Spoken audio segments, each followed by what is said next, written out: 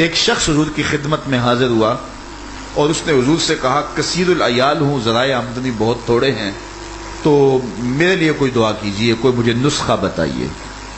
تو آقا کریم نے اس کو جو نسخہ بتایا سنا، اذا دخلت الدار فسلم علی، فرمایا جب گھر جائے تو گھر والوں کو السلام علیکم کہہ دیا کرو۔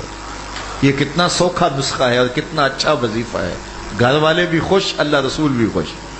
فرمایا جب بھی گھر جائے، حضرت سہل بن سعد الساعدی رضی اللہ تعالیٰ عنہ کی سے یہ روایت مروی ہے، کہا اذا دخلت الدار فسلم علی، جب گھر جائے تو السلام علیکم کہہ دیا کرو، اس کے بعد ایک مرتبہ سورہ اخلاص پڑھ لیا کرو۔ غربت توڑ نسخہ، جب بھی گھر جاؤ السلام علیکم، اس کے بعد ایک مرتبہ سورہ اخلاص۔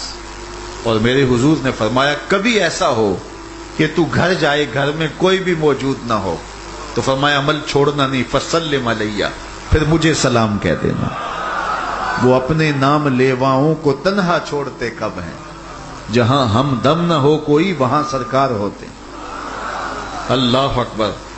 حضرت قاضی ایاز مالکی اندلسی علیہ رحمہ نے یہ لکھا ہے کہ جو فرمایا گیا کہ اپنے گھروں میں جاؤ تو حضور کو سلام کرو، تو فرماتے ہیں حضور کو سلام کیوں کرنا ہے؟ تو سنو کتنی دل افروز اور ایمان افروز بات لکھی۔ فرماتے ہیں لِأَنَّا رُوحَهُ علیہ السلام موجود فی بیوت المسلمین، اس لیے آقا کریم علیہ السلام کی روح مومنوں کے گھروں میں موجود ہوتی ہے۔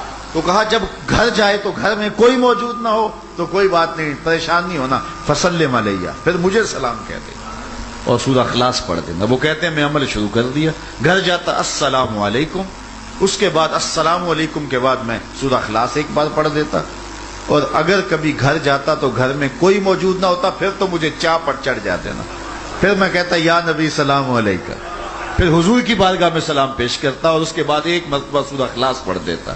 اب اگلی بات سنو، فرماتے ہیں حتی افاد اللہ جیرانہ، اس عمل کی برکت سے میں نے تو امیر ہونا ہی ہونا تھا، میرے ہمسائے بھی امیر ہو گئے، میرے ہمسائے بھی امیر ہو گئے۔